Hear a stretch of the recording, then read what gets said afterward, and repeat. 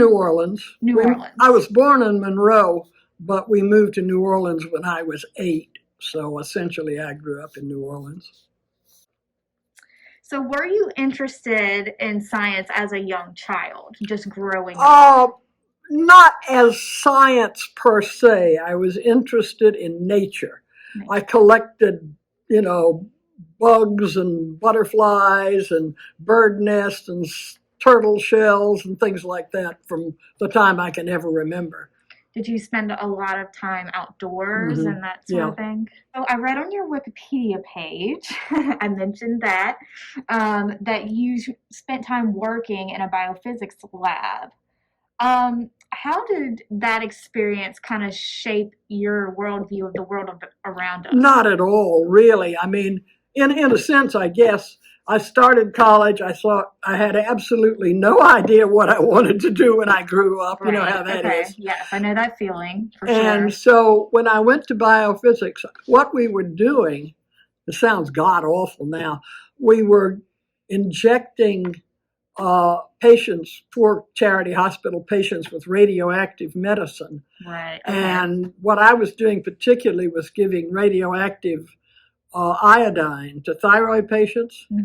And when you had someone who had hyperthyroidism and you gave them a shot of this hot iodine, and like instantly they were better. And for the first time, I really felt like I was doing something to justify my existence. But it didn't, in terms of science or, any of that sort of thing, I can't say that it really contributed a lot to my future. Okay. So what was the next step for you to go from working in that environment to going to college and kind of deciding what you wanted to study? As I had wandered the world, I went up to my grandparents in Pennsylvania, and I went to Girl Scout camp in North Carolina, and I collected a lot of rocks. Okay. And I had all of these rocks that I didn't know what were. And so working in biophysics, one of the things that I had to do was go over to the geology department at Tulane periodically and pick up their Geiger counter, which needed repairs all the time. And so I would take my rocks with me and I would say, I'll pick up your Geiger counter, but identify my rocks. And after I did this 2 or 3 times, the professor said, why don't you take a course in geology and learn how to identify your own damn rocks? So you were taking your own materials and testing those out. And so I signed up and took my first course in geology and realized that that's what I had been looking for all my life and never knew it. So what was the ratio of women to men students in your degree program when you were? How about 100 to 1? That's what I wanted to hear. Actually, there were 2 females. I will say there was another girl who was 1 year ahead of me, whose family owned an oil company in Texas, and she felt like she was going to carry on the family business. So there were 2 females and probably, I don't know how many, 50, 75, 100 males. Wow. But percentage-wise, did you feel supported as a female? Oh, yeah. And I felt no animus or anything toward me at all. Everybody was great. Good. Awesome. What is it specifically about snails that fascinated you? Well, when I decided I wanted to be a paleontologist, originally I wanted to be a geomorphologist, looking at the world and understanding why the world looks the way it looks. And then Harold Vokes, who is the man I subsequently married, came to Tulane, and he was a paleontologist. Right. And he convinced me that paleontology was the most wonderful thing in the world. Living down here, we don't have any fossils. And so I was never really even cognizant of it. But then I discovered what fun it was. And when it came time to direct research for a PhD program, I decided that what I wanted to look at was the evolution of a group through time. And so I decided to do, more interested in clams. So he said, you can have the snails, I'll take the clams. And when I looked at the snails, this one particular group is the one which is the most ornamented group of snails that there are. And the changes through time are very visible. And so that's what attracted me originally, was the fact that you could see so easily their changes through time. What research studies and projects have you been involved in? Well, mainly in terms of research, it was looking at these snails through time in various parts of the world. Did you go to different countries to go study them? Yeah, we did a lot of work in Mexico. The main thing, the reason I got in this PRI thing is I was involved in the Dominican Republic project, which started out initially with my husband and I doing our own thing and a group from Switzerland and France doing their own thing. And we discovered that we were both doing it. And so we got together and became part of this one big project that is the Dominican Republic project, which I have been involved now for the last 30, 40 years. When you go there, what specifically are you looking for when you go there? Just to actually look at the snails that are found there? And look well, you go to a place where fossils are available, and this is not everywhere. It's places where you have sedimentary rock and where they're easy to get to, and usually it's in creek beds, riverbanks, where it's being eroded out.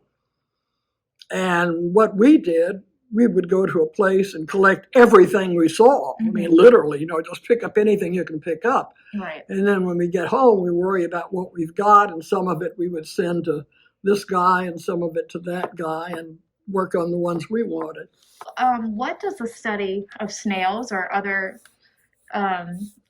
organisms that you pick up, what does that teach us about the world around us? Only the mechanism of evolution. I mean, it is possible to see the changes through time, and presumably the changes are a result of that creature being better equipped to survive than his brothers.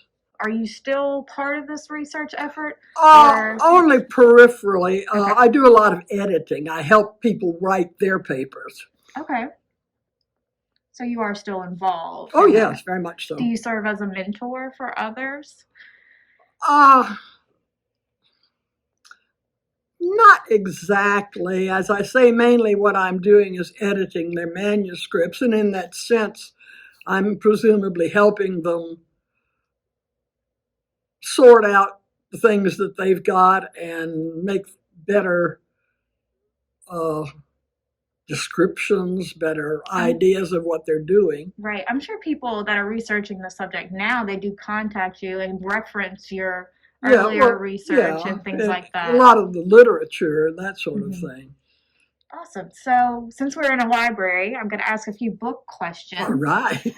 What books, if you can name any, or certain subject matters, do you think can help build an interest in science or subjects that you were drawn to at an early age? Oh, natural history books of any kind. I mean, travel or that sort of thing. You have been a volunteer for the Ponchatoula Library for a long time now. How have you enjoyed being a volunteer? Oh, I love it. I wouldn't do anything else. How often do you volunteer here? I come in every day. Well, 5 days. I come in Monday to Friday. And what is it you like about it? Just having something to do, having pleasant people to be with, being around books. I am long since retired, and I find time hanging on my hands, so it's nice to be able to contribute something. What is it about Ponchatoula that made you want to retire here? I came over to open an antique store. Okay. Originally. Interesting. Which I did for about 12 or 14 years. Oh, wow. Until the bottom fell out of the antique business. Yes. And after it got to the point where I said, this is ridiculous, I closed my shop. And then having nothing else to do, I came to the library. We're happy to have you and happy that you spend so much time here. Well, it is my pleasure, I assure you. And we appreciate it, of course. What do you think about the importance of libraries, especially in this day and age when things are going more digital? I think of research. I mean, what I used to have to do back in the day, I spent inordinate amounts of money on old books, for instance, that I had to buy or borrow an interlibrary loan or something like that. Now I go to online and I can find any book in the world at my fingertips, and it's wonderful. I mean, had I had this resource when I was doing my research, it would have made life much easier. Right. Yes, it's so true. I didn't think about that. The process of researching is I mean, different. there's a website that you may not even be aware of, but it's called Biodiversity Heritage Library. They have got every old book that has ever printed. So they probably all have all of your journals and all of your work. Oh, well, some of the things there. now, for instance, the things that are in the PRI that we were talking about. Yes. I think they have up to like 2005. And then the more recent ones, these people do sell these things, you know. Right, so, exactly. But they're all available online, or any of the paleontological journals or any of these things that I used to commute to Baton Rouge because they had the LSU library had a wonderful, wonderful collection, particularly of old foreign government publications. I mean, the Geological Survey of Liechtenstein or something like that. They would have a complete run. It was amazing. I'm sure it's safe to say you have spent a lot of time in libraries. Oh, yes, indeed. Your research and then now you're volunteering. Yeah, I feel right. In fact, when I was in third grade, I went to Our Lady of Lourdes school, and the dear sister put me in charge of the library. So I've been there for my life. I know, that sounds like me. In school, we had a library club where we got to shelve books and get out of class to shelve books, and that was the biggest thrill of my life. So I definitely understand that. It's like you feel like you're home. Oh, absolutely. Is there anything else you want to share with us, since we are celebrating Women's History Month, and you are definitely stand out in your field? I'm historical. You are a historical figure because you stand out as a female in your field. Well, this is the thing. I mean, I can probably name on one hand the female paleontologists of me and prior to me, and I assume there are more now, but I don't really know them. Right. But women have never, originally, again, we're talking about back in the 1950s, 60s, back then, women were micropaleontologists. Micropaleontology are people that deal with microbes. Right. The oil companies in those days used a lot of micropaleontology because you could date the formation by these microfossils. And so there were women who were doing micropaleo for the oil companies. And there were probably a dozen of them. But women who were doing megapaleontology, there wasn't much demand for them, really. Right. It's pure research. It had no economic value. Yeah, but it's always interesting to have that research, and well, I think it gives you a broader understanding of the world in general. Yeah, well, I mean, why do you do pure research for anything? Yes. It's just to enlarge our body of knowledge about the history of the world. I think I read on your Wikipedia page something was named after you. Well, I was amused. At the last line, it says, Aganthena, Emily, I was named after. There are like 30 species named after me. Why they chose that one, I will never know. But most of them are things that I probably collected somewhere and said, oh, this is a sponge, I'll send it to Keith Rigby, or this is a coral, I'll send it to somebody else. And then they would name it for me because I was the one who collected it. Yes. But so you did all the, the groundwork, literally. Literally. On the ground, getting it all up, someone had to collect it. Oh, yes. But that's so awesome, and we're so happy to have you as a volunteer, and we're so proud of all the work Well, I am so happy to be here. I hope I can keep on doing it for a few more years. Oh, yes. We appreciate it. Thank you.